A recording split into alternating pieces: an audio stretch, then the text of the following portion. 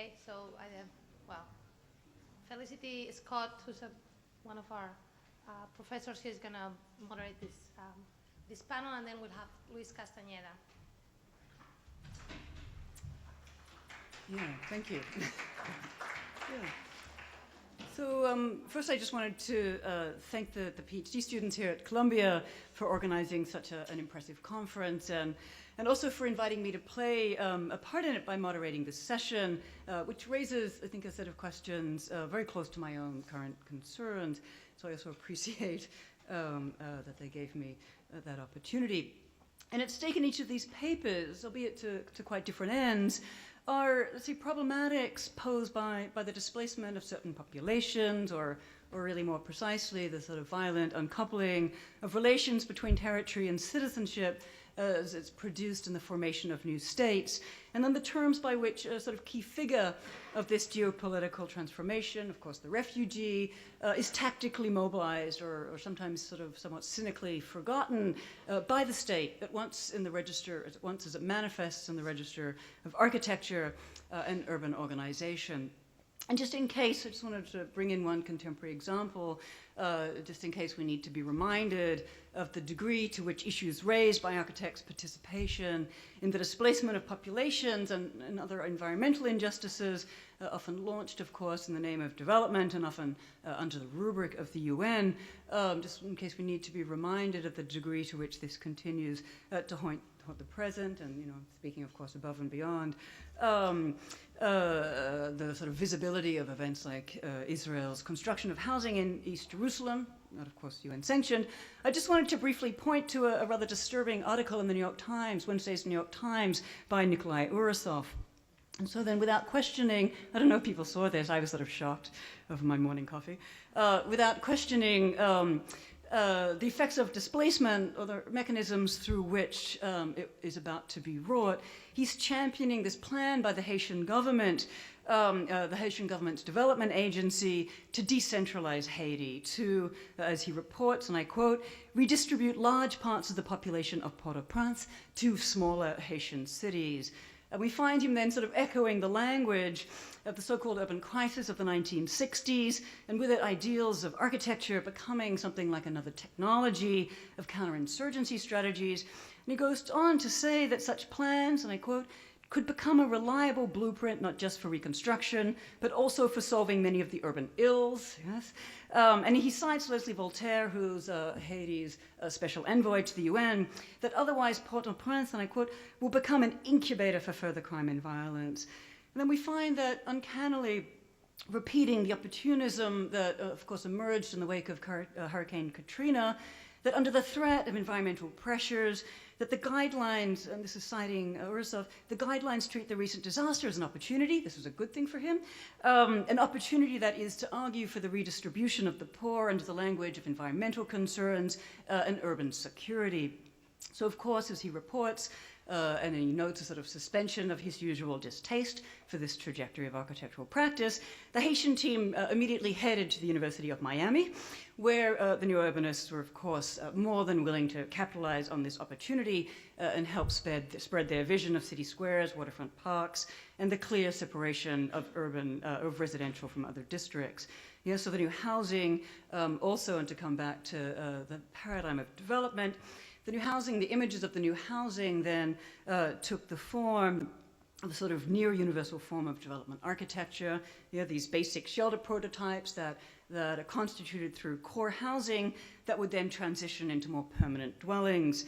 And so we find then that the rapid urbanization of Haiti initiated, as Urasov actually pointed out, with the U.S. invasion of the country in 1915, that very problematic contemporary U.S. urban models are now going to step in as a panacea to that earlier invasion.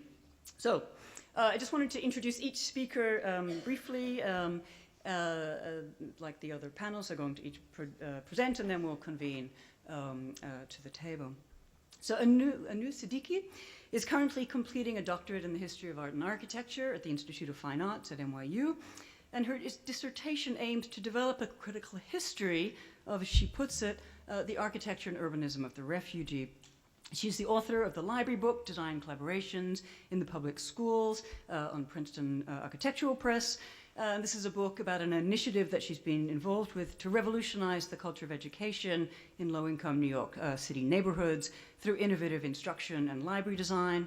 She's worked both as an architect and in non-governmental practice, and is a member of the activist design group, the Hester Street Collaborative, here in the city. And the title of her newspaper today is Exile and Absorption, Urban Representations of Refugees in the Idea of India. So welcome, Anu.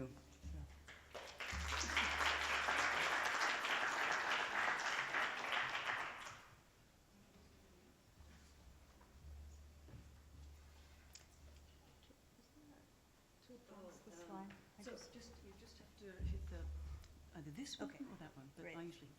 Thanks. Is the sound working? Okay. Thank you, everyone, for coming, and a special thanks to the organizers for making this look so effortless. So the paper I'm presenting today is part of a larger inquiry into statelessness as a category for architectural production and interpretation that concerns the history, technology, urban and architectural forms, and aesthetic practices that have surrounded and engaged refugees since World War II. As that study focuses primarily on post-war regions that are within the purview of the newly formed United Nations, I became interested in the Indian case as an alternate situation in which the scale of the refugee crisis had implications for state identity, but which did not operate within the post-war rubric of an international non-governmental presence or network. And just to provide orientation, this slide indicates the pre-national political geography of the territory. This illustrates the post-national condition. This paper considers the territorial effects of forced migration at rural borderlands and within the urban capital of the new nation, and the corollary impact on the idea of India. This idea mirrored a concurrent construction of the notion of Pakistan. In this popular and political construction, Pakistan was a homogeneous religious state, while India was pluralistic, secular, intellectually and politically independent, and modern. A state that, for instance, might select a Le Corbusier to design one of its most symbolic capital cities. This paper is predicated in part on the interpretation that this binary opposition integrated itself into architectural, urbanistic, and territorial expressions of the Indian state, using as a vehicle the refugee situation created by the territorial partition that accompanied independence. The anticipation of partition instigated mass migrations during the waning months of the British colonial period. This map represents a 1946 proposal for India as a united federation and illustrates the bluntness of the tool of depicting disaggregated majority areas as a basis for partition. Religious distinctions within regional populations in the northwest and the northeast, sections B and C on this map, occurred much more finely than such mapping represented. And it's a little hard to see, but the light shading here depicts areas that were recorded as Hindu majority, and no shading represents Muslim majority areas, and the states that were not affected by nationalization are shaded dark. Among the ambiguities of partition, South Asia witnessed a territorial and communal division that was not executed simply during the moment of independence, but over decades. This continual transformation over time destabilized national territorial origins of communities and legal identifications for refugees. Moreover, different regions and localities decolonized and nationalized unevenly over time. This map indicates the heterogeneity of national territories and existing kingdoms from 1947 to 1955. And roughly, the color demarcations depict Pakistan in green and India in pink and blue, with former British provinces in pink and blue representing princely states that eventually merged into the Indian state. Refugees have typically been defined as persons displaced or forced to migrate across international borders, but in the Indian case, an international condition applied only after independence. Captured in lofty rhetoric and imagery, the Indian nationalization occurred symbolically at midnight on August 15, 1947, but practically over the course of the following decades. Vasira Zamindar clarifies this fraught contingency of citizenship in relation to the definition of refugees on the subcontinent. In contrast to the disruptions of established nation-states in Europe, so glaring that they caused the formation of an international order to address the refugee problem, South Asian refugees were not actually, quote, seamlessly folded into two new nations, end of quote, as might be presumed. The conceptualization of the refugee in local Indian languages reflects these ambiguities. Through language, Zamindar emphasizes, quote, in the Indian subcontinent, the figure of the refugee was marked by religious community, end of quote. As Ravinder Gaur analyzes in a study of Punjabi resettlement in Delhi, the Hindi and Punjabi words for refugee, panagir or sharnati, refer to anyone seeking shelter or protection, even a traveler breaking a journey. On the other hand, the Urdu term muhajir specifically recalls the flight of Prophet Muhammad to escape religious persecution involving his migration from Mecca to Medina in 622 AD. In Pakistan, Zamindar points out the charged Urdu term actually formulated a legal category of Muslim refugees, quote, such that it left open an imagined muhajir return to India, end of quote. In India, the Hindi term for refugee is absorbed into ordinary culture, appearing commonly as a qualifier for rest houses or panagar on pilgrimage routes. So with these issues providing some background, I'd like to propose certain direct territorial and urban consequences of the mass displacements proceeding for partition. Nearly 20 million people in the subcontinent uprooted themselves and fled in the wake of an unequivocal popular and political realization that decolonization would not yield a unified state. The first occasion of mass flight in 1947 followed the March 5th riots in Rawalpindi, which is near present-day Islamabad, and migrations continued until the formal announcement of the partition territorial demarcations 2 days after independence on August 17th. The migrations and displacements persisted in the ensuing days and weeks. British Viceroy Lord Mountbatten had appointed Sir Cyril Radcliffe, the General Counsel of the English Bar, along with regional boundary commissions within the colony to draw national border lines. As the poet W.H. Auden commemorated, unbiased he was when he arrived on his mission, having never set eyes on this land he was called to partition. In 7 weeks it was done, the frontiers decided, a continent for better or worse divided. Radcliffe had no previous Indian connections or knowledge of its territories, and thus produced the political appearance of offering a valued impartiality.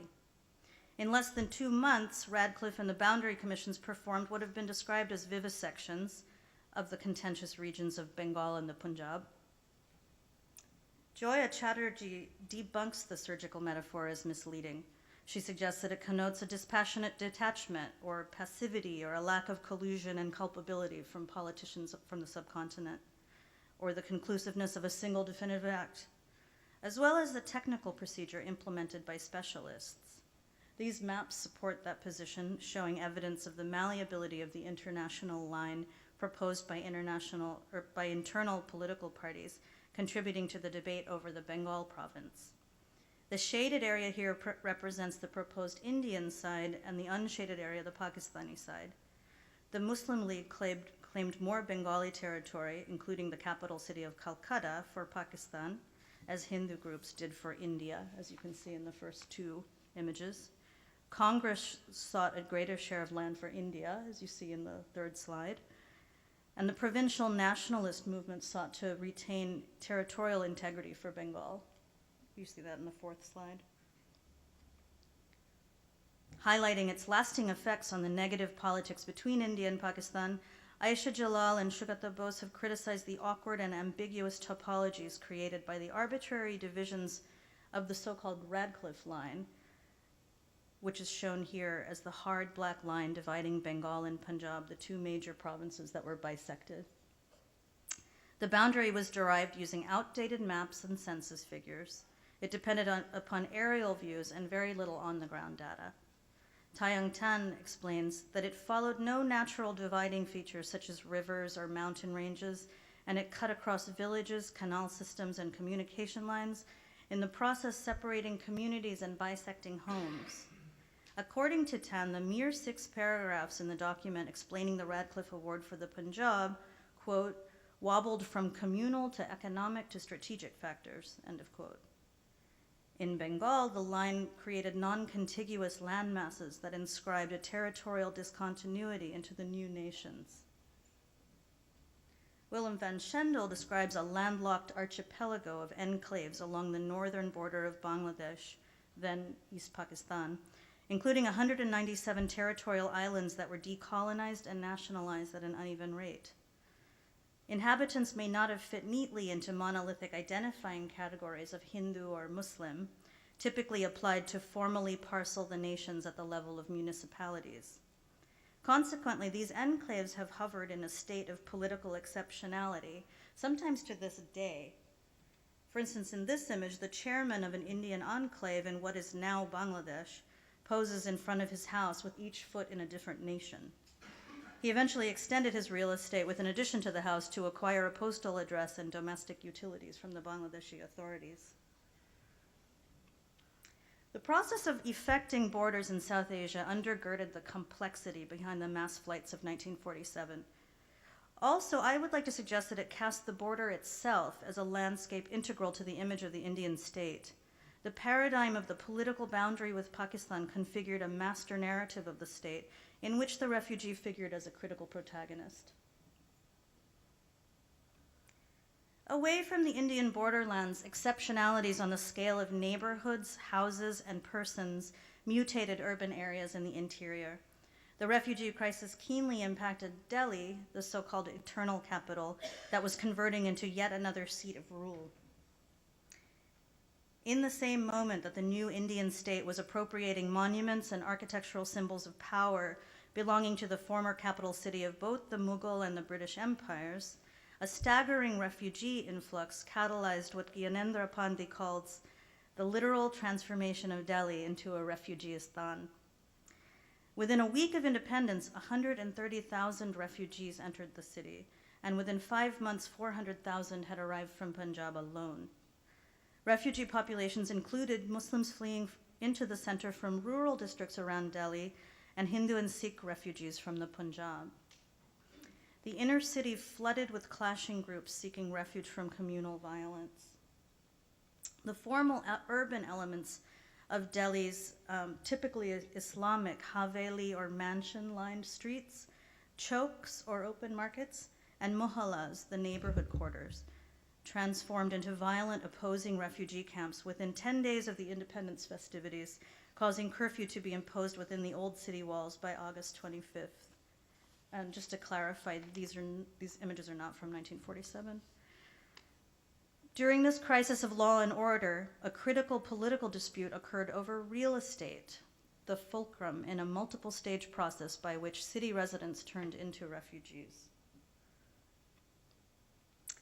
In the immediate aftermath of partition through arson and forcible occupation by incoming refugees from Punjab, Delhi Muslims were dispossessed of their homes and businesses, eventually systematically through pogroms. Muslim residents, some who held property for generations, fled for safety, igniting the perception that they were actually deserting for Pakistan. As a security measure, the Indian state zoned safe areas for Muslims in the city. You can see the hatched parts of this map that are typically in the vicinity of camps. As the influx of refugees from Pakistan forced an acute housing shortage, Muslim zones began to be contested due to the ambiguities of evacuations and a perception that these neighborhoods would serve as a fifth column for Pakistan. Zom in their notes, when it was argued that empty houses should be made available for the rehabilitation of shelterless refugees, it was clear that housing Hindu and Sikh refugees was seen as central to the task of rehabilitation, and that the process of rehabilitation was to make refugees into citizens of the state. The state offered no immediate parallel rehabilitation for Delhi's Muslim populations and eventually institutionalized dispossession through the custodian of evacuee property. This governmental authority emerged in September 1947 under the premise of safeguarding property for refugee return. Ironically, evacuee property legislation eventually reified the displacements, by locking displaced persons in India and Pakistan in an oppositional relationship with each other. Refugees in both states would be rehabilitated through the granting of housing, land, and businesses categorized as evacuee property in each respective location. Foreshadowing this multiple-step process of creating refugees, the public call to rehabilitate Hindu and Sikh refugees within the Indian state accelerated Indian Muslims' desire and tendency to migrate out of the country. This promoted on one side the perception of these constituents as deserters, and on the other, the sense that the Indian government was unwilling to protect Muslim persons' properties and even the neighborhoods demarcated for their safety. Delhi Muslims were quickly pressured to seek refuge in the city's camps, either forcibly or for self-preservation. Thus, in the weeks after independence, the exile of one group and absorption of another caused the capital of the new nation to function as and project the image of a camp. The nation's locus of power also became its line of frontier, its urban spaces representing a transitional station for incoming and outgoing refugees. By September 1947, 30,000 Muslims camped in the Maidan, or the courtyard of the Jama Masjid, a prominent exterior urban room that for 3 centuries had organized space and society in the walled old city of Shah Jahanabad, and it's shown here in a recent photo. 60,000 Muslims relocated within a matter of days to the citadel of Purana Kila, where they would embark for Pakistan at the nearby Nizamuddin railway station. Due to the violent attacks on rail lines and passenger cars, which were captured in contemporary literature and in Margaret Berkwhite's photos, regular trains to Lahore ran only by October of 1947, so Purana Kila quickly emerged as an egregiously overcrowded camp, the largest Muslim camp in Delhi. The camp originated with 12,000 government employees awaiting relocation to Pakistan, soon joined by evacuees from the Muslim safe zones. Initially, the Indian state took no responsibility for a camp tainted by the perception that its inhabitants intended to desert the nation, which, moreover, was supplied with food, aid, and security by the Pakistani government. The Indian government denied basic provisions and left the facility equipped with only one tap supplying water, despite a cholera outbreak, until Gandhi visited on September 13th of 1947. Afterwards, the Indian government proclaimed responsibility for the camp and the intention to repatriate its inhabitants as citizens. The camp soon evolved into a control mechanism. Loudspeakers and policing systems preceded water supply and sanitation infrastructure. The physical cross-section of the monument, its inhabitable ramparts and enclosure, recalled its erstwhile purpose as a fortification, and as Berkwhite's images captured, the landscape architecture recast Purana Kila as a monumental departure gate for what has been called the last journey to Pakistan. In the refugee map of Delhi, if Purana Kila cast a state monument as a utilitarian shelter, converse examples in the following decades suggest a monumentalizing of the ordinary. Punjabi refugees resettling as Indian citizens later renamed this area of the city in an attempt to exert their identity on the urban map. A constituency that gained power in municipal politics soon after partition resurrected the Hindu legend that the capital Indraprastha from the epic Mahabharata was located in the vicinity of Purana Kila and that the walls of this fortress were built by its kings. This legend may not have been borne out by archaeological evidence. Nevertheless, the image of the Purana Kila camp as the locus of Pakistani expulsion buttressed the vision of a political return to a mythical and pre-Muslim heritage for the nation's capital. Ravinder Gaur has recorded other types of informal investment by Punjabi refugees in symbolic territories and everyday architecture of Delhi, for example, in points that marked their journey from Pakistan. For instance, refugees entered the city via the Delhi railway station. Upon registration at a building called the Wobbled Canteen, the destitute were given World War II surplus tents, while those with greater means were housed in the concrete barracks of the Hudson Lines in Kingsway Camp, which are shown here in a recent photo. This barrack lodged 60,000 persons on the way to transitional settlements. The informal preservation of this architectural memory by an emergent bourgeoisie suggests establishment of new founding myths, with refugees as pioneers of a new city. To further map the refugee landscape of Delhi, it's necessary to emphasize that in effect they did found a new city. After independence, refugees contributed the lion's share to Delhi's unprecedented growth. Census figures that were taken in 1951 documented an increase of 1.1 million people in a decade, 106% growth from the population in 1941. 500,000 arrivals replaced the 330,000 who left. Multiple agencies operated to manage the expansion of Delhi. The newly formed Indian Ministry of Rehabilitation acquired undeveloped land ringing the city, accommodating 200,000 refugees on 3,000 acres within 20 colonies. By the mid-50s, at 2 million residents, the city sprawled to the south and the west.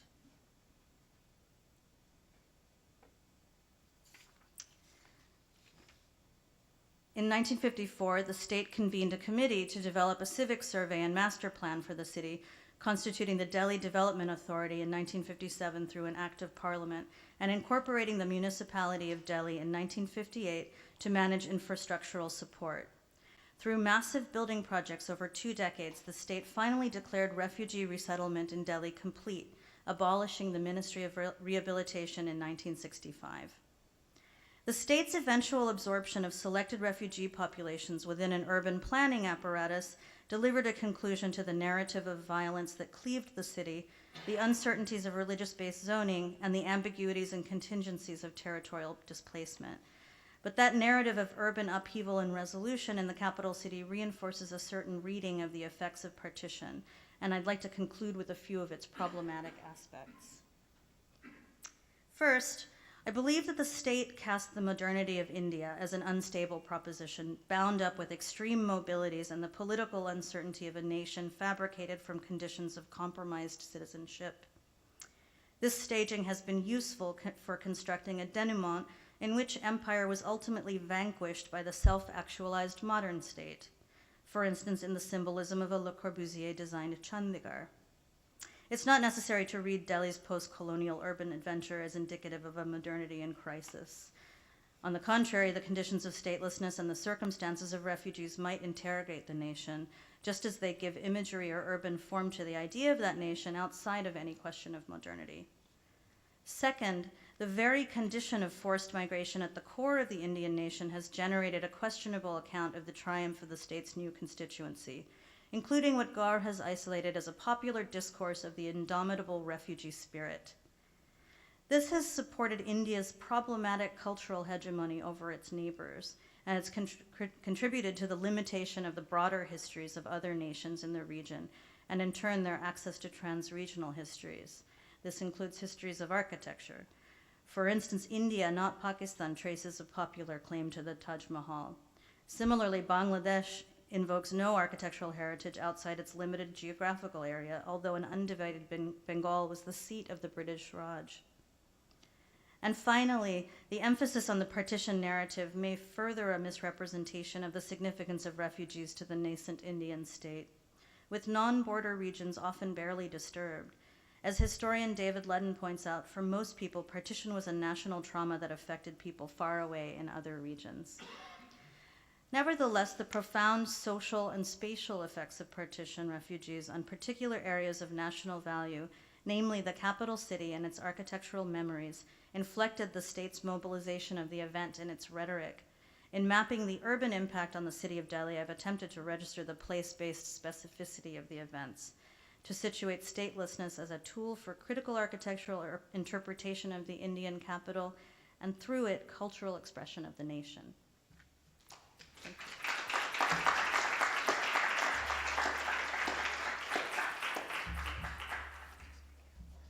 Thank you, Anu. So our second speaker, Noam Leshem, has recently completed his PhD at the London Consortium, the University of London, and holds an MA in Cultural Studies from the Hebrew University in Jerusalem. His work deals with problems of urban and spatial history in Israel and the relation between urban transformation and political dissent. Forthcoming publications include a book chapter on Israeli memory activism and a critical essay outlining new perspectives on spatial history in Israel. The title of his paper today is Unsettled Nationhood Between Arab Houses and Public Tenements in Israel. So welcome, Willem.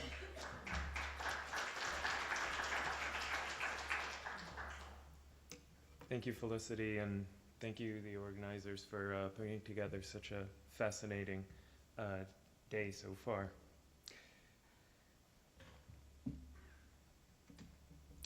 This is a 1959 construction plan for a neighborhood in the outskirts of Tel Aviv. It seems utterly technical. 2 red rectangles mark the future location of housing blocks. The plan's intentionally schematic nature creates an almost abstract geometry, shapes floating on a pristine white background, devoid of any feature that ties them to the constraining specificities of time and place. Despite its modest proportions, this plan captures deeper motivations in the imagination and production of the Israeli space after the 1948 Arab-Israeli War and the establishment of the State of Israel. Zionist architects and political ideologues were keen to imagine the new territory as an unspoiled, clean slate that could be used to realize national aspirations and political ideologies. This perceived emptiness also legitimized the eradication of the Arab landscape of Palestine, its physical presence as well as its symbolic meaning. The housing blocks that came to dominate Israel's urban landscapes from the 1950s embodied this illusion of a fresh start, the establishment of an old new national space according to strict political and ideological agendas. And yet, unlike the architect's drawing board, the physical and cultural landscape of Palestine was never cleansed completely. There was certainly depopulation and vast destruction of the Arab-built environment during and following the 48 war. However, the idea that the Israeli housing block emerges into or even results in a blank space ignores the fact that dozens of Arab villages and neighborhoods survived the war, and many served to house Jewish immigrants in the following years. Nonetheless, this resilience of the Arab space remains largely overlooked. According to state planners, these sites were temporary remnants, soon to be replaced by spaces that fit the new national mission. What is even more striking is the way this emptiness appears in more recent accounts, criticizing the biased ethnic and political agendas behind Israel's architectural history. In these accounts, the emptiness is still there, though this time it is the result of the orchestrated and deliberate destruction of the Arab space. According to this characterization, the housing blocks were planted in emptied sites of ruination, much like national forests Israel planted on the ruins of Arab villages. Ironically, in both official state chronicles and in contemporary critical scholarship, the Arab house and the Israeli bloc are seen as diametrical opposites, locked in an insoluble relation of mutual negation. In this paper, I want to argue for an alternative historical analysis that highlights what geographer Doreen Massey calls the thrown togetherness of space. Instead of mutual exclusion, the analytical focus turns to the forced encounter between the Israeli bloc and the Arab house to shed light on the protracted impact of this critical moment. Through a discussion of one case study, a depopulated Arab village just outside Tel Aviv, I want to point to the arduous and lengthy process of urban spatial transformation, where political power and statist ideologies are exposed to scrutiny and contestation. Far more than just incidental remainders of a powerful state-driven operation, these sites provide critical insights into the ambiguities that characterize the attitudes toward the Arab space in Israel, both by state actors and, importantly, by the Jews who made these places their home. As I show, the moment when the housing block meets the Arab house is also a moment when challenging new horizons of social action and alternative political subjectivities begin to emerge. About the village. Salome, located 5 miles east of the city of Jaffa, was the largest non-urban Arab settlement in Mandatory Palestine. Although the village was completely depopulated when it was seized by Israeli forces in April 48, the vast majority of its houses and public buildings remained intact. As the Jewish authorities struggled with soaring immigration rates and thousands of Jewish war refugees in the Tel Aviv area, Salome's Arab houses provided an immediate and welcome solution. By January 49, over 14,000 Jewish war refugees and mostly Yemenite immigrants were settled in Arab houses and in 2 interim camps built nearby. It's often sarcastically said that in Israel, there's nothing more permanent than provisional measures. Settling Jews in Salome indeed began as a temporary step to alleviate the severe housing shortage and simultaneously block the return of Palestinian refugees. Once alternative housing solutions could be found, the authorities intended to demolish the village.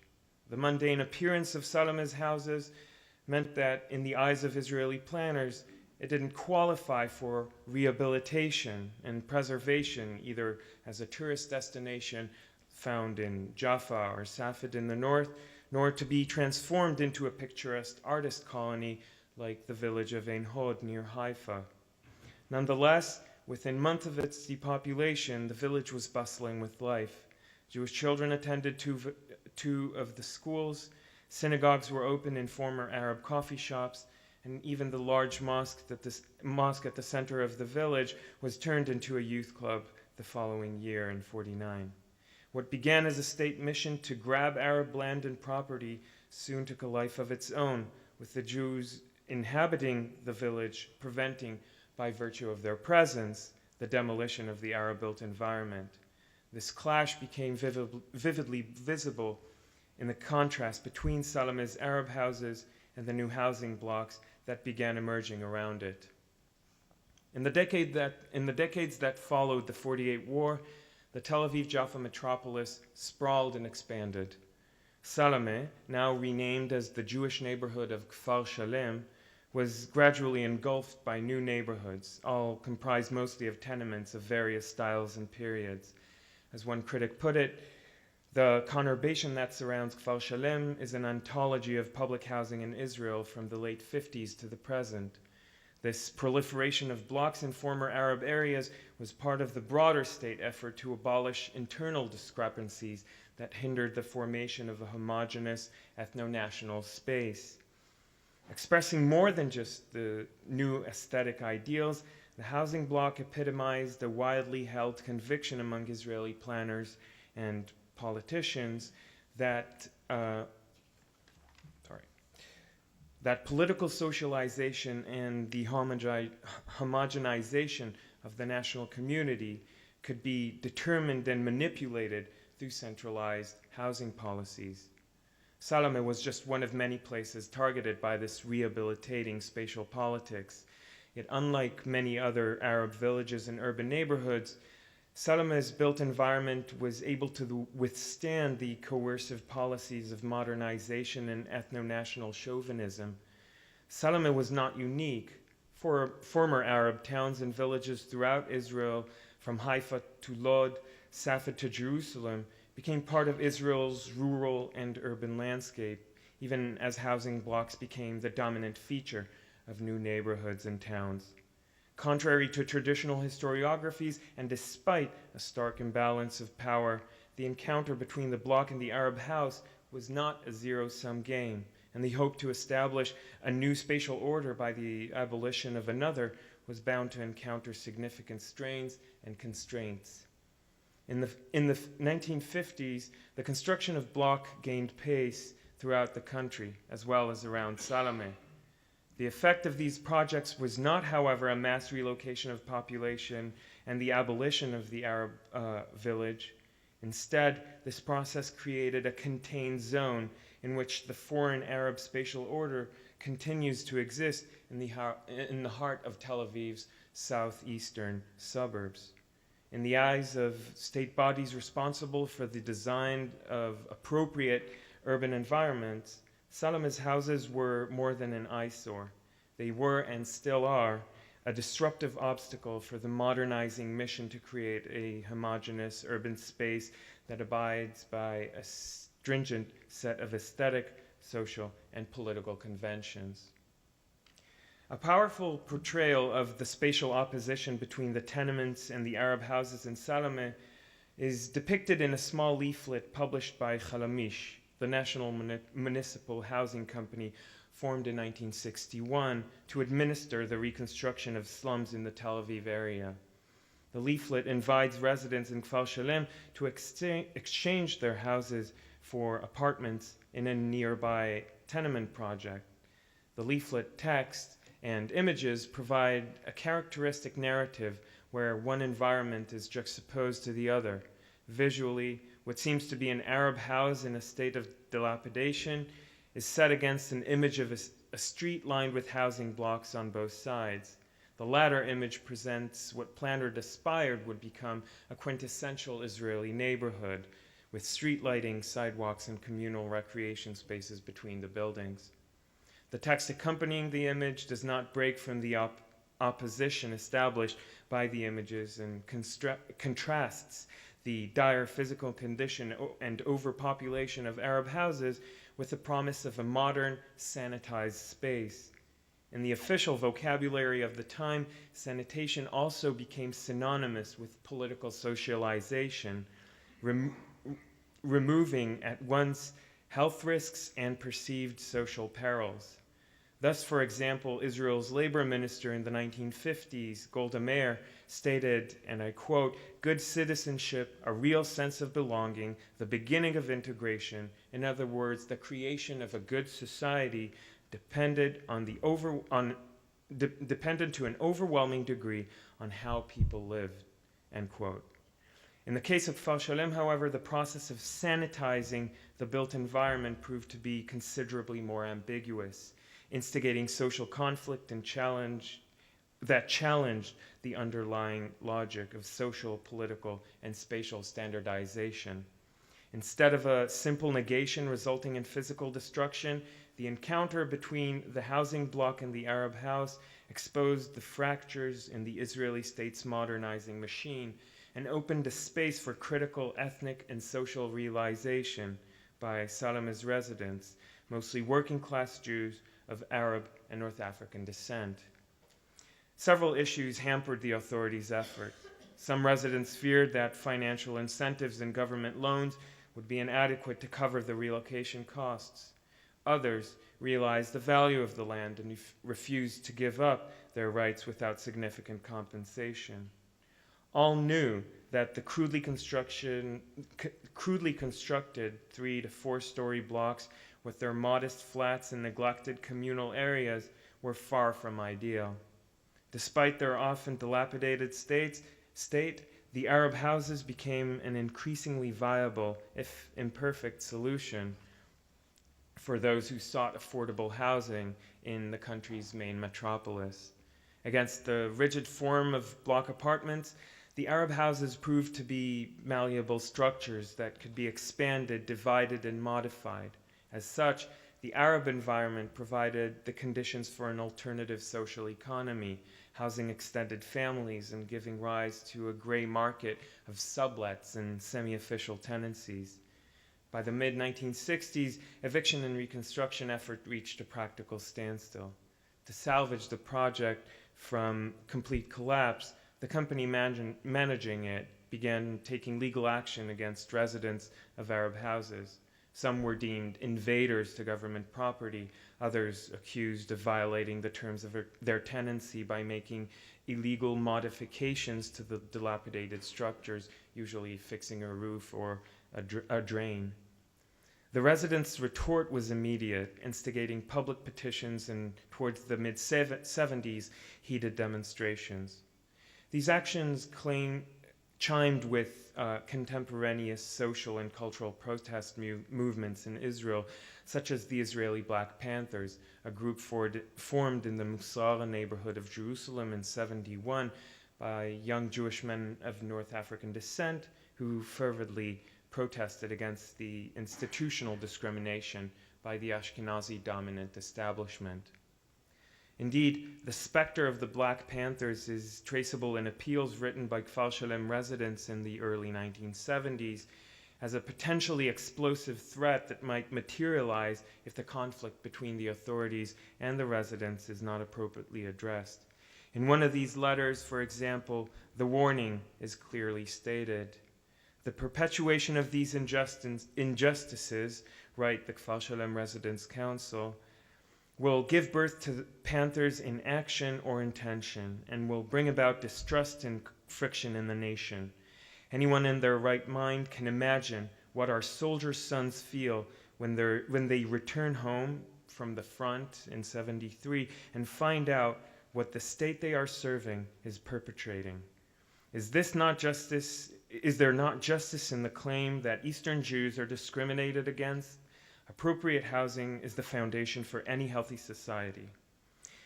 Even when the threat of violent action against the establishment is sounded, it is with careful attention to its position on the boundaries of the imagined ethno-national community.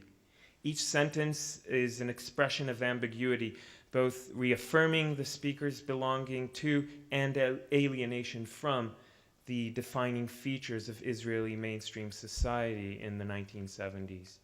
The threatening rise of panthers and a concern for national integrity, the sacrifice of the residents through their participation in military service against a backdrop of state neglect, and perhaps most strikingly, an insistence to challenge, reclaim, and redefine what a healthy society means despite explicit discrimination. This last point goes beyond a typical complaint about municipal services to question the defining characteristics of the Israeli society as a whole. As such, it reflects a broad political agenda with far-reaching objectives. Yet it is crucial to note that these challenges were not made against a general, abstract sense of socioeconomic or ethnic discrimination. What sparked these explosive ethnic social grievances were the gray blocks that surrounded Salome, described in the petition later on as modern ghettos and later as residential matchboxes. By the end of the 1970s, the block was already identified as a modern transit camp on pillars, symbolizing the complete erosion of the social, economic, and aesthetic ideals that were responsible for its initial ascent. The hegemonic perception of the housing block as the socializing machine for the modeling of good citizens is reversed and becomes a rallying cry in the struggle over conventions of citizenship, equality, and spatiocultural identification.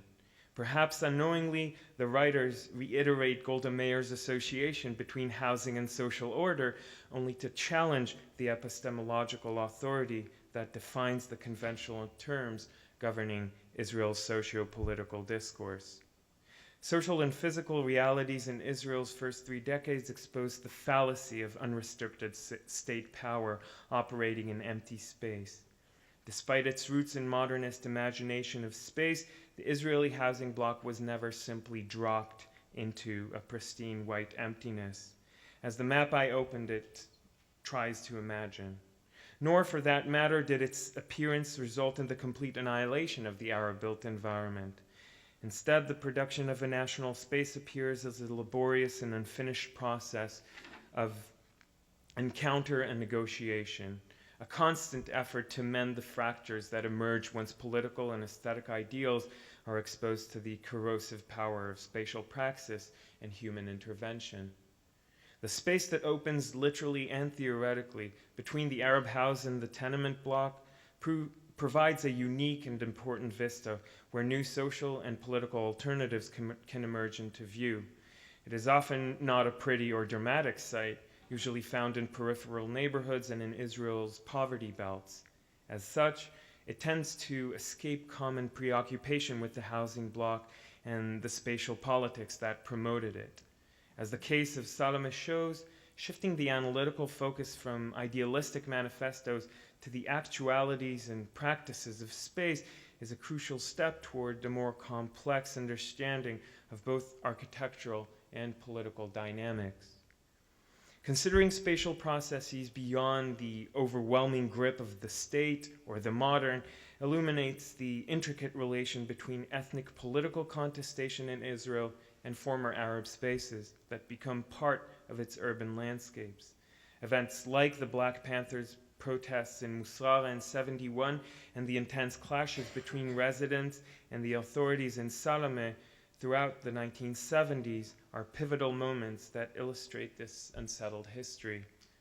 To fully grasp the historical relationship between architecture and the state in Israel's first decades, we need to account for these as political engagements that articulate broad social and economic agendas in seemingly mundane sites like Salome. In quite the same way that the housing blocks in the Arab houses in the village remained far from their idealized forms, neither an Orientalist fantasy nor a purely functional living machine, the political horizons that and contingent identities that emerged in their midst do not adhere to the conventions that continue to guide Israel's political mainstream and its detractors. It's not an outright rejection of modernity, nationhood, or capitalism, but an effort of individuals and groups to engage as equals in the processes that define the spaces they call their home. Thank you.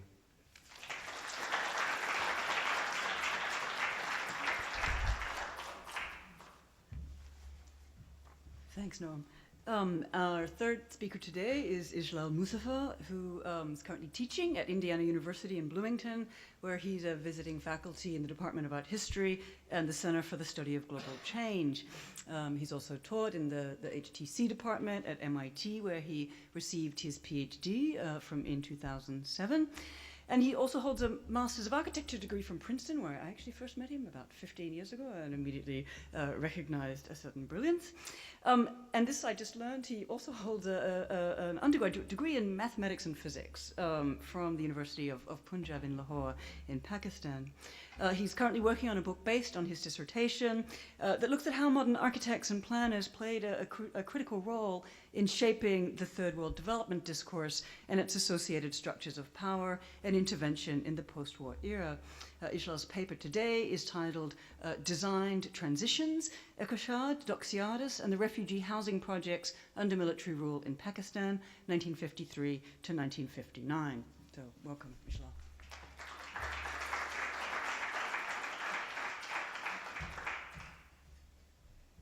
First, I want to thank the conference organizers for putting together a wonderful event, and of course, Felicity for a generous introduction and also excellent comments on the paper. Hopefully, I'll be able to clarify some of the points. So as the title indicates, it's, can you guys hear me in the back there? It's a story of two projects, Ekosha and Doxiadis. Both were invited to design refugee housing projects in Pakistan under military rule in the 50s. One of them is made, Doxiadis, which is the later one. Ekosha was invited first, but that project is scrapped after initial planning stages. But I would argue that looking at both or contrasting them is important to understand what modes of power and control were able to take hold or were viable in post-colonial development contexts such as Pakistan's. So let me jump right in. Start my thing here. On May 20th, how do I move the images? Or? Oh, okay. It's here, so you just need to... Go, okay. All right. On May 20th, 1963, some 150,000 residents of the newly built Kurangi housing colony in Karachi sat outside their houses with their belongings, hoisting black flags to protest the eviction of one Yusuf Bhatak from his house by the Karachi Development Authority, the KDA. At any other location, the protesters would have been dispersed with the baton, if not the bulldozer. Kurangi, however, had special status. It was built by the military government of Ayub Khan, the self-appointed Field Marshal and President of Pakistan from 1958 to 1969, 11 years, as a model housing project for refugees from India that had crowded the streets of Karachi since the partition of the subcontinent in 1947, after the end of the British rule. A clash with those refugees groups now would have delegitimized the project as well as the government that celebrated it. A confrontation would have also been a setback for the two American aid agencies, the USAID and the Ford Foundation, that had sponsored the project as an experiment into, quote, social pacification designed to save Karachi's large migrant and refugee population from perceived spreading communist influence. These concerns were not lost to the project designer, the famous Greek architect, planner, and global consultant par excellence at the time, Konstantin Doxiadis. In a letter to the military director of the National Housing and Settlement Agency and the Ford Foundation representative in Karachi, Doxiadis wrote, and incidentally, he looks very much like Ayub, actually.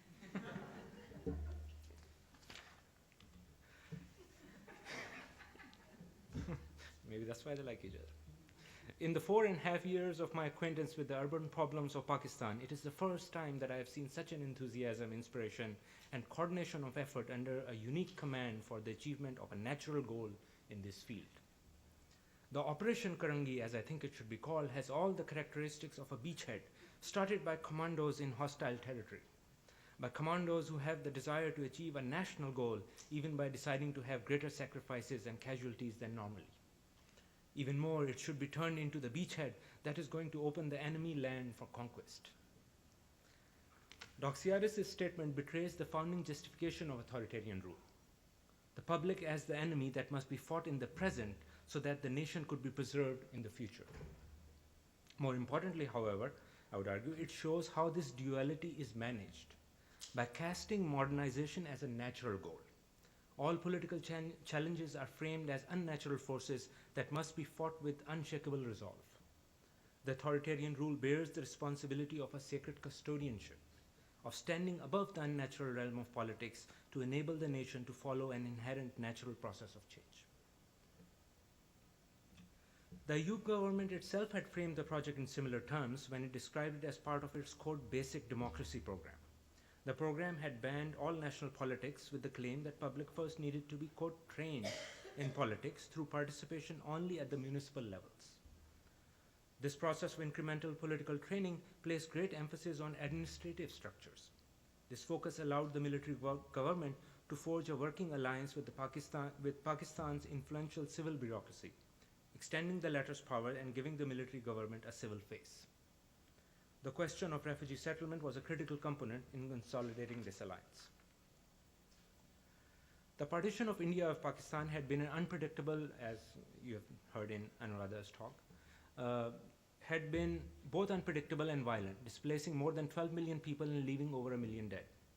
A major factor of this toll had been the unpredictability of the partition itself, concerning if and how the heterogeneous population of the subcontinent would be divided into Hindu and Muslim majority nation states. So this is the political setup at the point of the partition.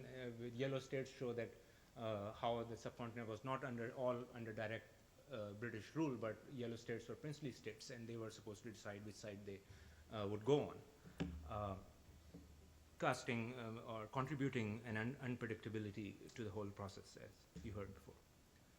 This uncertainty was driven, on the one hand, by the British haste to decolonization with the minimum political cost, and on the other hand, by the failure of the major political parties of the independence struggle to come to an agreement on the sharing of power. As the deadlines for independence approached, this is the last Viceroy Mountbatten making clear that there is a deadline. Millions who had been hoping to be on the right side of the border found themselves turned into refugees in their own homes.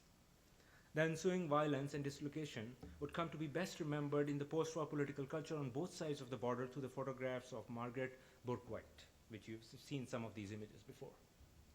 The famous American photojournalist known for her uncanny ability to be present before unfolding catastrophes. She had been present at the Allied liberation of the Buchenwald concentration camp in 1945 and had taken the famous image of Gandhi at the spinning wheel hours before his assassination, and was now present in India before the partition as well. In Bourke-White's images, and you've seen some of these, but I want to mention a specific quality of these images which I'm arguing resonates in the political culture after the partition. In Bourke-White images of the partition, one characteristic stands out: the juxtaposition of opposing scales, the grand and the immediate, the national and the personal. Distraught faces are set against blank vistas, grand vistas, blank skies, and historical sites, like this image of the boy in the Delhi fort.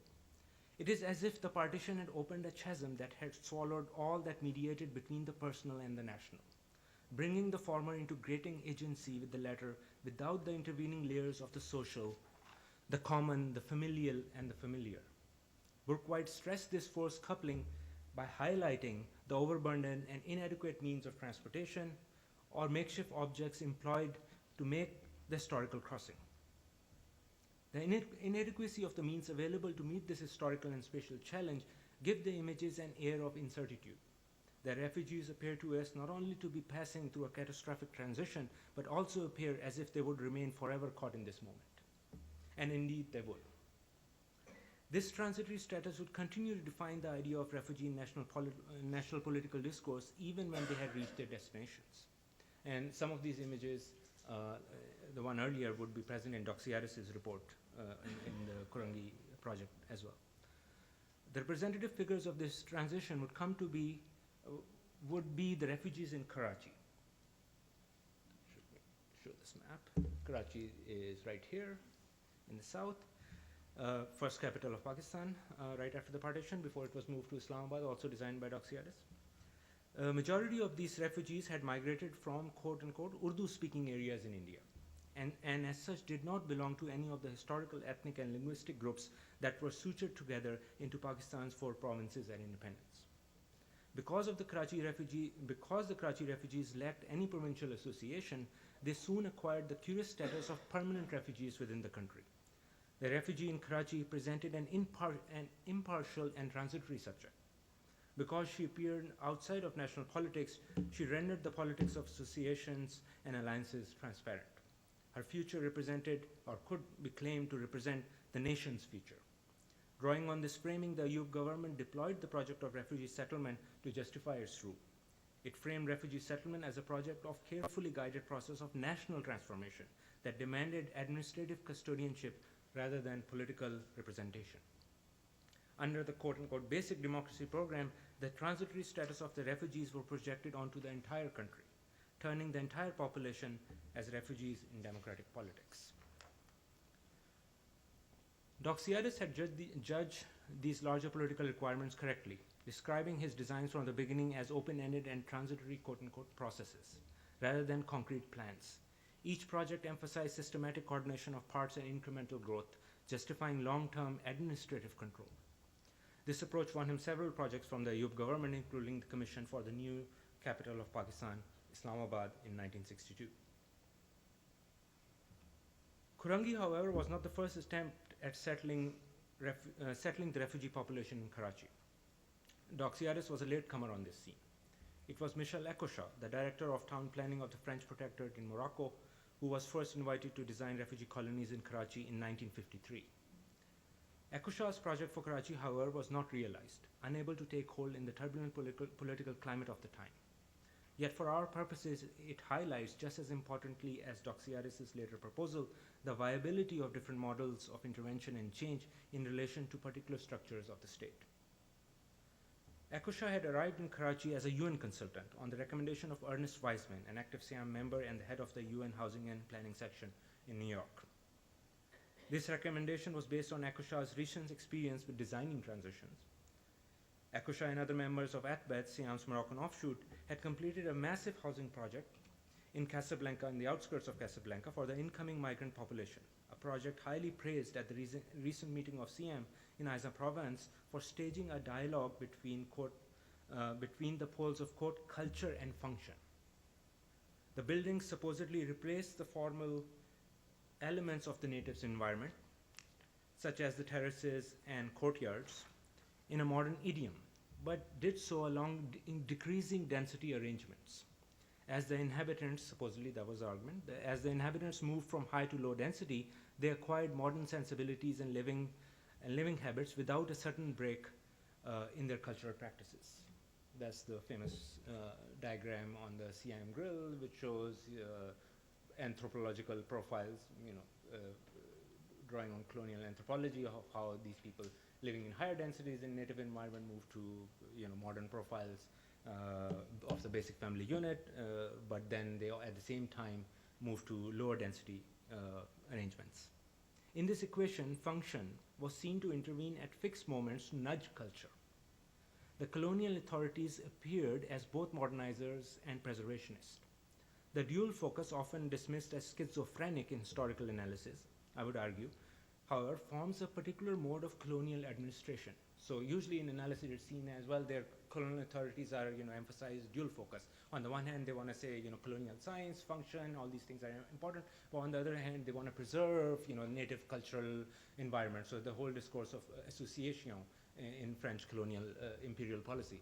And usually that is dismissed as, oh, the colonizers weren't able to decide, which is more important, colonial science or preservationist stance. But what if we take the dual stance as a colonial administrative policy itself, a schizophrenic stance which serves a particular purpose?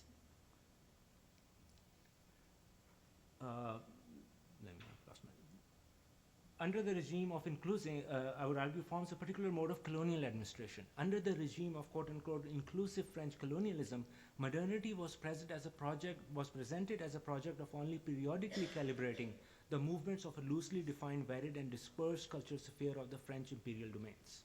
Perpetuated in the name of protecting native population from sudden influence of modernization, this dual approach allowed colonial administrators to take both a preservationist and transformative stance, emphasizing the dimension demanded by the circumstance. Preservationist if labor reserves were required, transformative if displacements were warranted. So if you want to modernize, displace people, you can say you're modernizing them. If you want to have labor reserves, you say you're preserving the culture. Eccleshare deemed that such a dual emphasis was suitable for framing the process of refugee settlements in Pakistan as well. And he shows the image of Casablanca housing in the UN report for Pakistan. It made visible the authority of the government as the agent of change, but framed that agency as sympathetic and a distant one. So it only intervenes at moments to transform and nudge them a little bit. Eccleshare's initial proposal for Karachi constituted of a series of independent satellite quote-unquote cities at Landi, a site adjacent to which will be Doxiadis's future Kurangi project. These cities were to be developed over time along the main railway line that linked Karachi to the outlying industrial areas. This multiple city approach, however, quickly changed to a more centralized design, comprising of a single large city with multiple quote-unquote neighborhoods.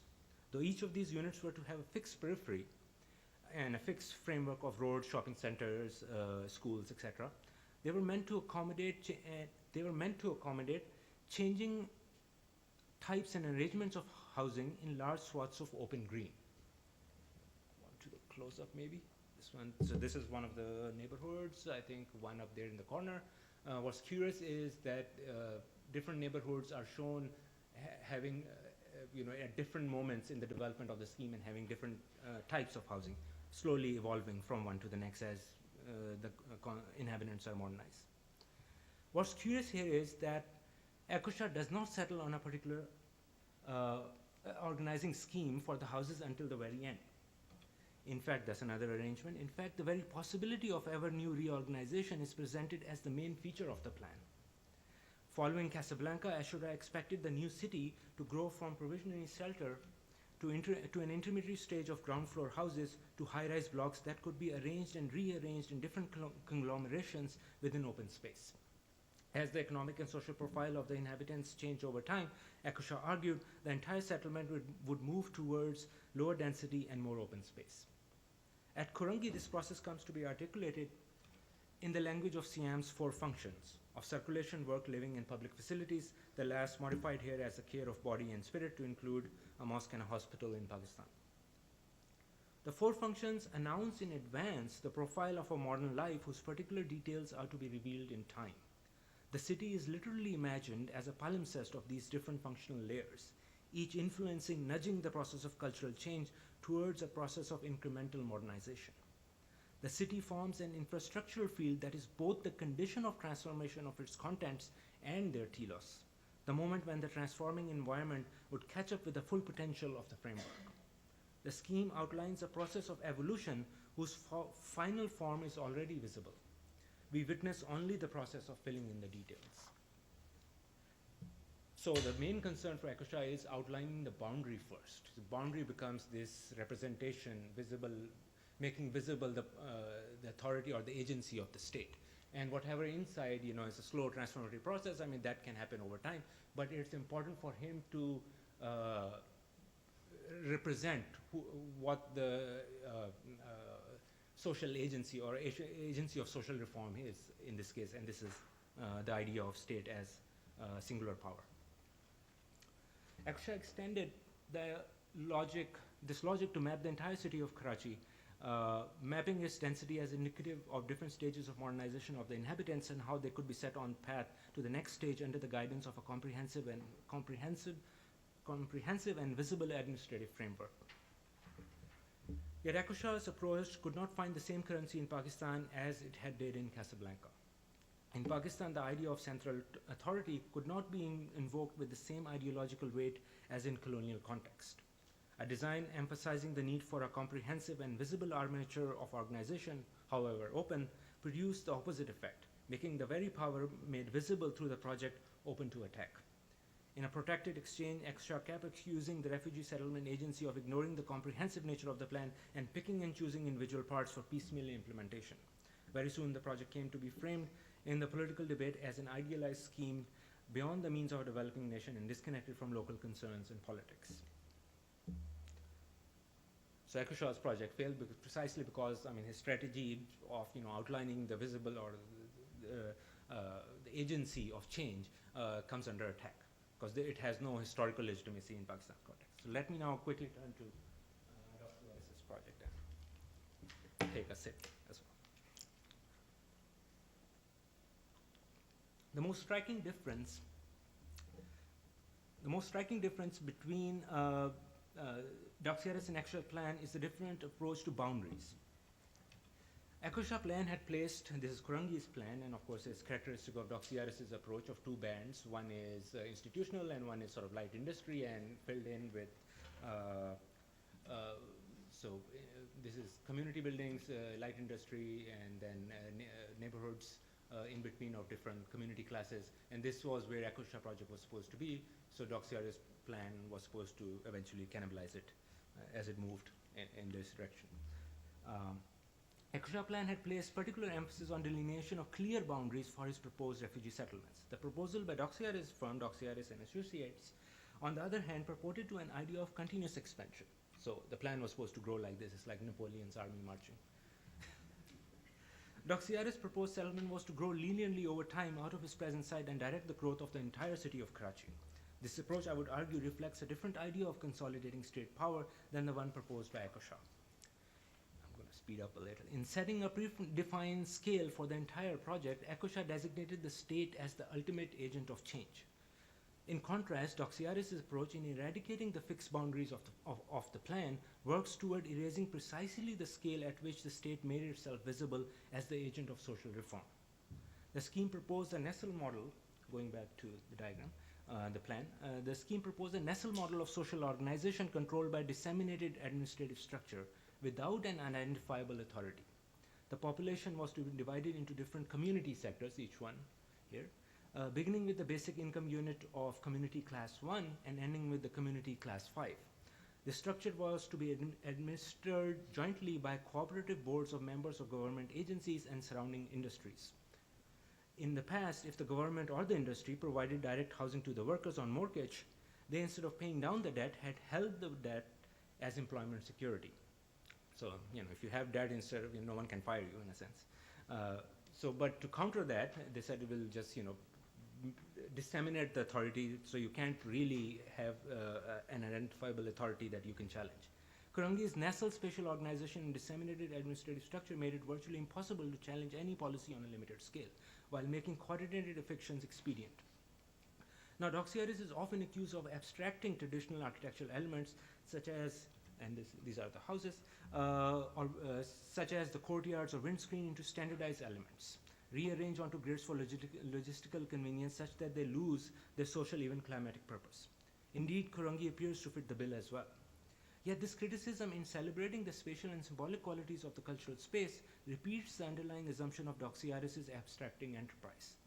culture as a self-regulating, non-oppressive, and transparent structural sphere.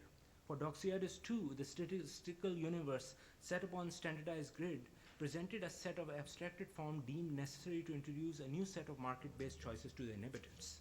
Different income classes communities were provided lot sizes which were more or less the same. This uniformity sought to provide the inhabitants with the equal potential to build credit as they expand their houses, build credit against the house as they expand the structures, setting the basis for a consumer and industrial economy. It was assumed, however, that if these choices referred even tangentially to the cultural idiom of inhabitants, so there's a courtyard there, and there are tangential and abstracted references to culture.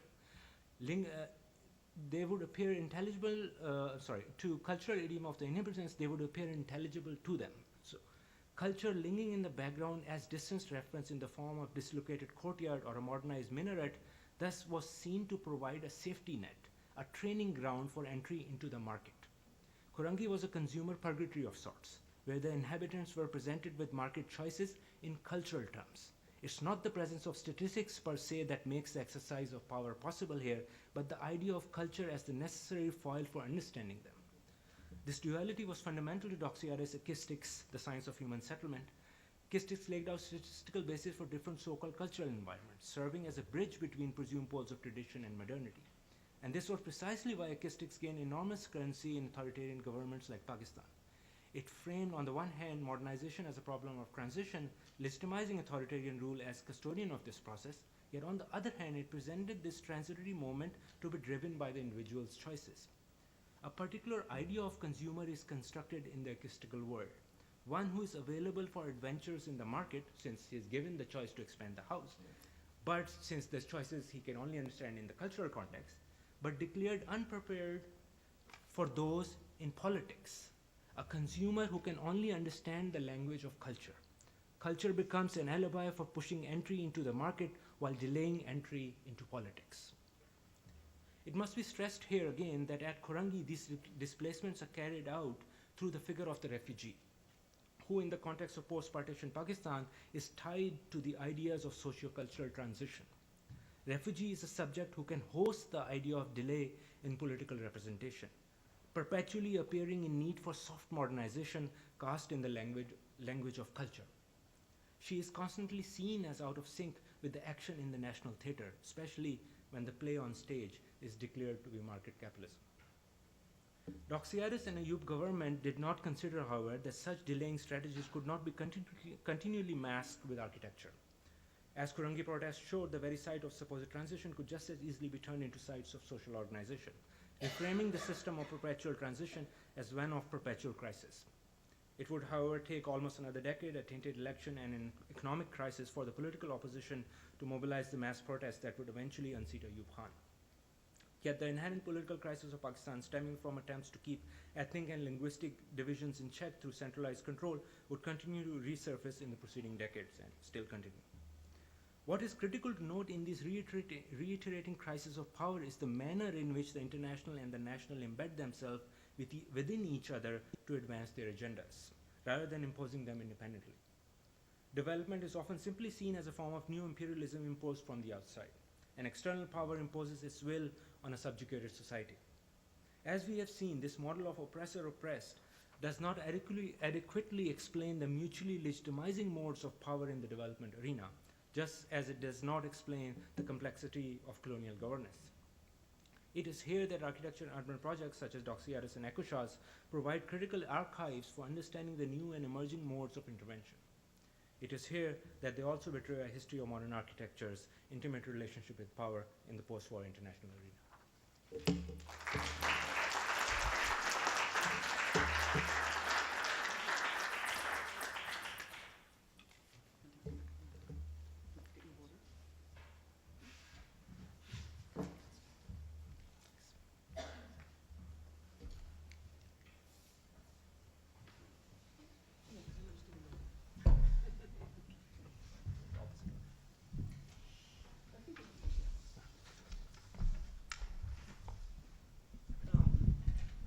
So obviously there's a lot to talk about from these papers, and I actually thought in the interest of keeping some time for audience questions. That I was just going to begin with one quite general question. It may sort of appear to be a slight lateral displacement, although actually Jalal pointed to this in a number of points in his remarks. And it's a somewhat methodological question. And so I just wanted to ask if each of you could speak to this question of the degree to which the focus of your research puts some pressure on the terms through which architectural history is conventionally addressed, formal and aesthetic questions, visual documents, as a prevalent aspect of its disciplinary purview. And at stake, and the question, I guess, is to what extent these dimensions about historical scholarship, the aesthetic, the formal, remain relevant or are fundamentally sort of transformed, pushed in a different direction when one participates in a discourse invested in tracing a sort of shift from paradigms of representation to those, of course, of administration and management, and how then these forces, the aesthetic traces, how these forces of administration and management in sort of Foucauldian sense can be read, can continue to be read as legible or visible, and what sort of discursive tools then we might need in order to address those, and certainly to address them in the visual register, yes, in all their complexity. And it's not supposed to be a trick question, but more a sort of platform to ask each of you to speak to the sort of critical and methodological stakes as they push back on the field of architectural history, as such. So in any order, just as an opening gesture, and then we'll open it up to more specific questions from the audience. So maybe in the order that we began, Anu? I know we've spoken about this. Not alphabetical? Oh, no. I mean, I have agonized a little bit over this question in the writing of this paper. Unlike the other two people on my panel, the topic that I spoke about today isn't actually my primary line of research, but I find that my interest is in refugees, and I find you can't think about an architecture related to refugees without thinking about the law, the real estate law behind them, or any other sort of law. So I certainly danced around this problem as I was writing this paper, that can you write an architectural history paper that is effectively a paper about real estate law? And I think I received many assurances that you can, but it's an awkward moment, I think, just because this is a field in a sort of transition. But I do think that I see the opportunity for architectural historians to kind of take ownership of that problem. I don't think it's really been done until recently. No, do you have? Yeah, I mean, I guess the explicit question I was trying to address regarding the traditional periodization and kind of traditional opposition between these two forms of housing that I was discussing is of course intended directly at those sort of traditional historiographies of architectural history in Israel. However, obviously this seems to sort of also bear some implication on the hidden protagonists, as it were, of this paper, which is exactly the what is the degree of responsibility of residents in sort of the current Jewish residents in Sodom and elsewhere in Israel toward those refugees who are not there. And exactly Correct, that. But you also were not there in any of your images. I mean, in terms of the visual rhetoric of exactly, your paper. they are not there simply because they're basically until 1967 they mostly don't have access to these places from the West Bank. And after 67, there's a history of those trips back into and that encounter, which is not spatial and not architectural in nature.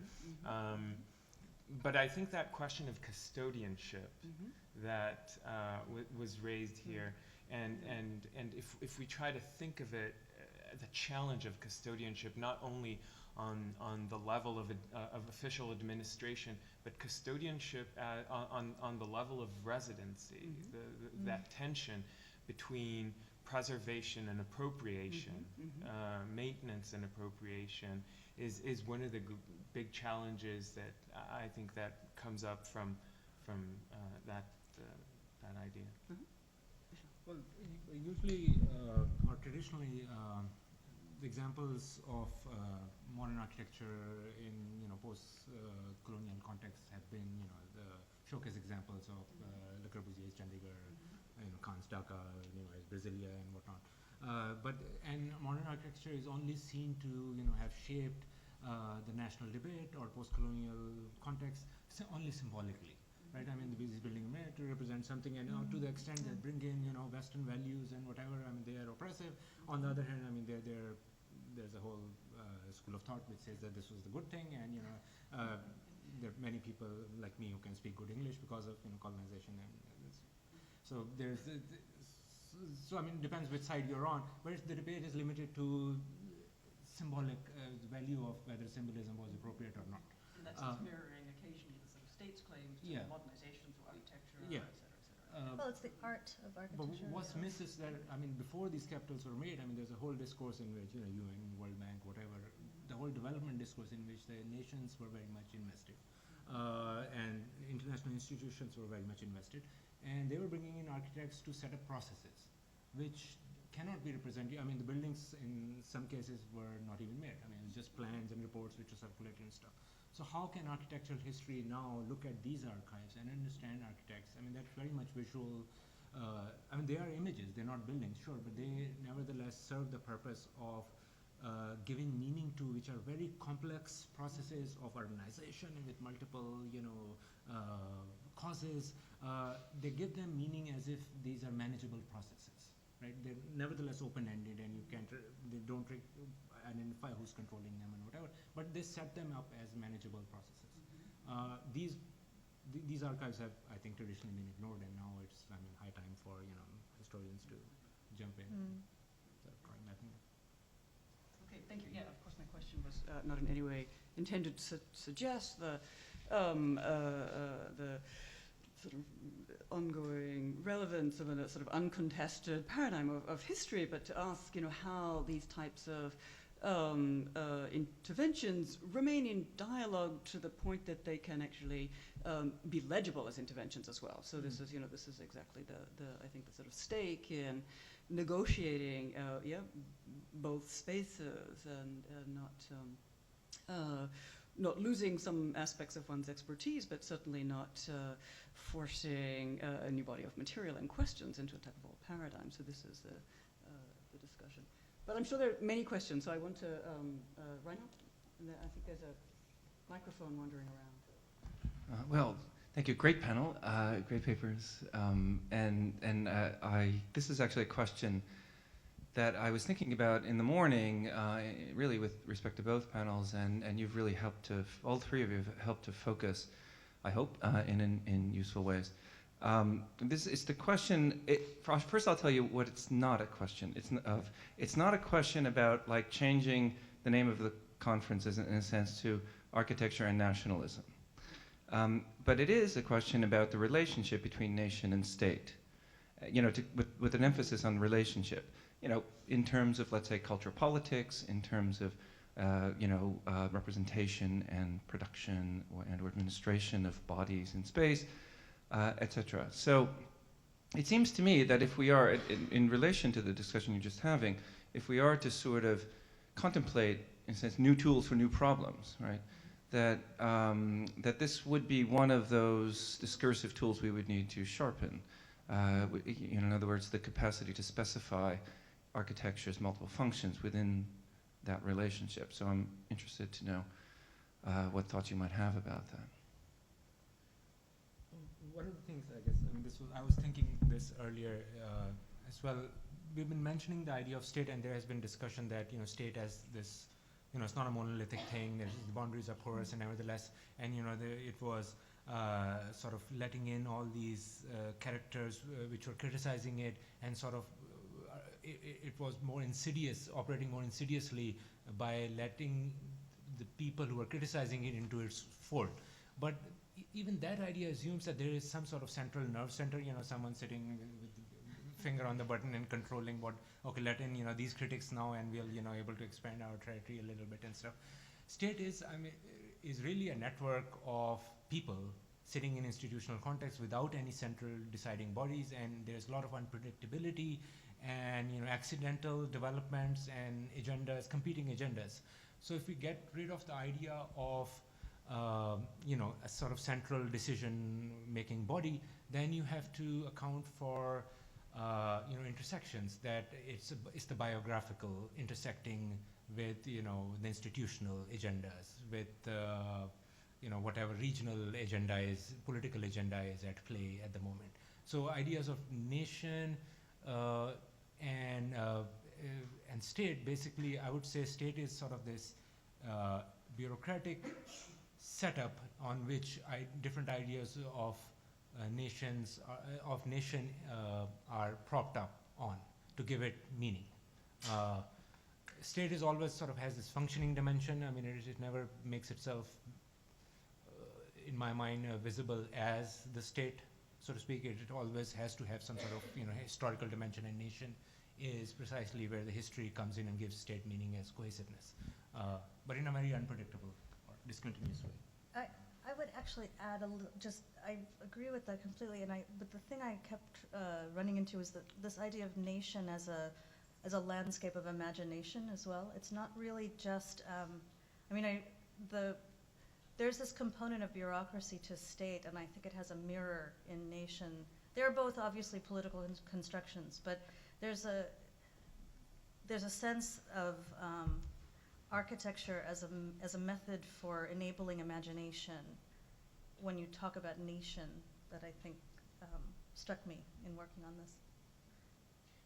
Yeah, I mean, what I found really challenging is the way that working in the spatial archive enables us to understand literally the concrete temporality and the gap of the temporal gap between exactly national imagination and its prolonged and protracted implementation, and all the possibilities that opens up.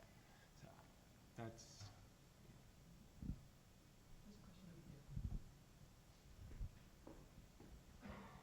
I mean, I think in the post-colonial context, there's a set of other questions that go along with this, but maybe this isn't the right moment. There will be a lot of chances to talk about this. One more thought.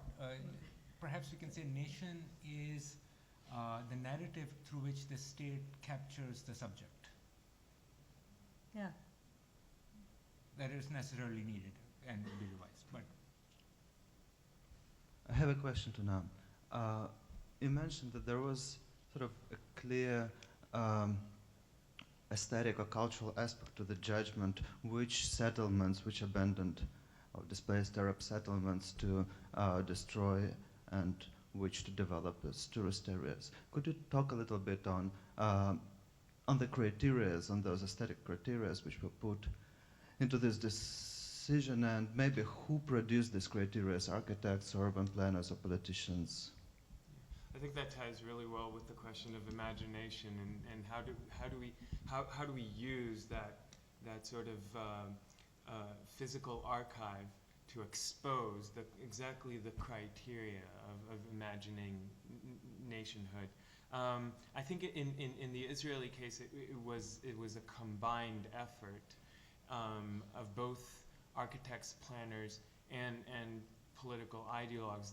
The boundaries between these kind of professional categories were extremely blurry, as I hope Sviafat is going to talk about tomorrow, about the participation of architects in the production and imagination of space.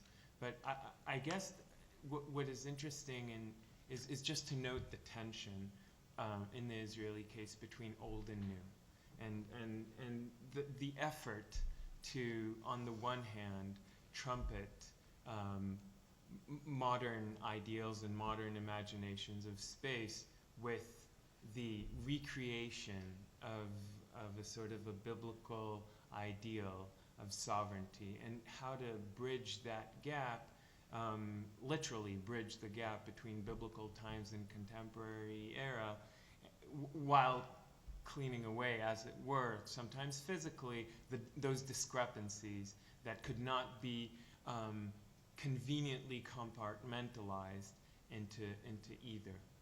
So that is on the grand scale, but as I think it shows, there was a lot of uncertainty, especially in those first years, about where exactly one draws the borders between old and new, and what exactly constitutes the old that develops and the new, and that also changes. But within Arab heritage, within architecture which Israel inherited from Arab settlements, how did they draw the border within this heritage? What to destroy and what to leave? Again, this is a question that the answer is it depends where in the archive you look and who you consult when trying to answer that. The debates are uncertain. There are various proposals on using, for example, creating a museum for the Arab architecture of Palestine. And that was a proposal that was discussed by the archaeological authorities in the early days of Israel. Those were never carried out, and destruction was often carried out spontaneously by army units or used as sort of training grounds in the 1950s and 60s. On the other hand, in Salome, you get the mosque that was turned into a youth club. Again, usually following practical considerations on the ground, on very low-level administrative decision makers, by low-level decision makers, and not according to some grand scheme of things. Question back there.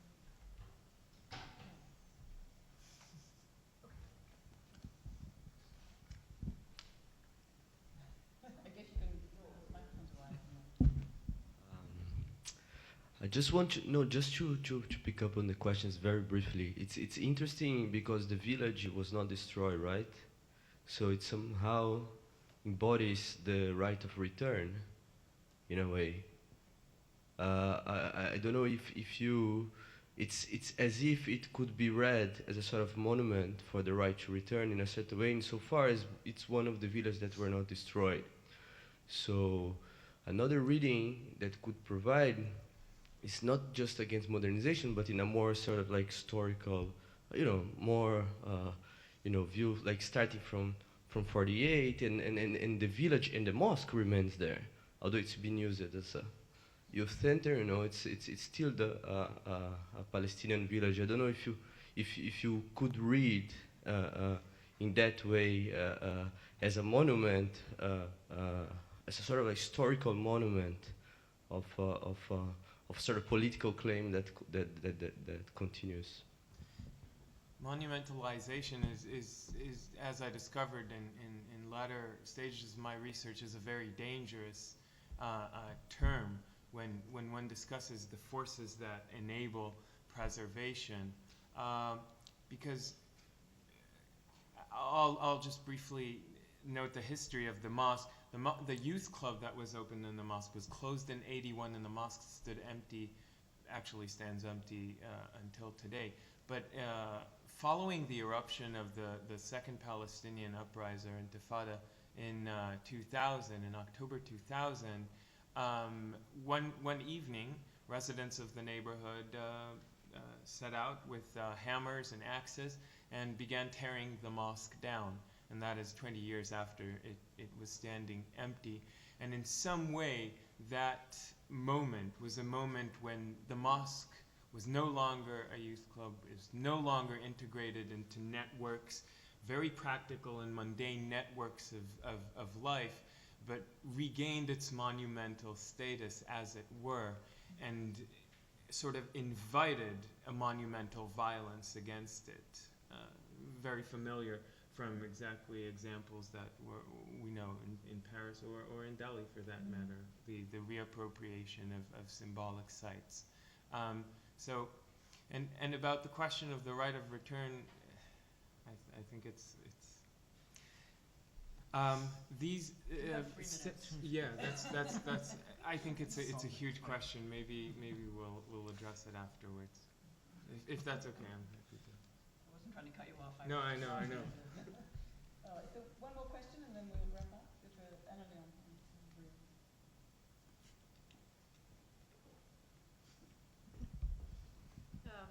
This is a brief question. I was curious. I wanted to ask Anuradha if she could comment on Ishlaul's reading of Margaret Bourke-White's photographs, since we have that overlap. Oh, well, I have to say, I'm actually very glad that he brought it up because I had to cut something out of this paper, and I couldn't get into an analysis of it, but I completely agreed. I mean, she's an interesting character in the history, but certainly the questions of visual culture and the way that the nation was mobilized in popular literature. And her photographs actually illustrated the book that I showed, The Train to Pakistan, which is it was a romance. And it was a romance written by a journalist based on real events, very tragic events. But I mean, that's a topic of its own, really. You were not convinced? You were not convinced? She does do this thing that you say, though, about bringing the kind of the global and the local into a photograph. Well, let's thank our panelists.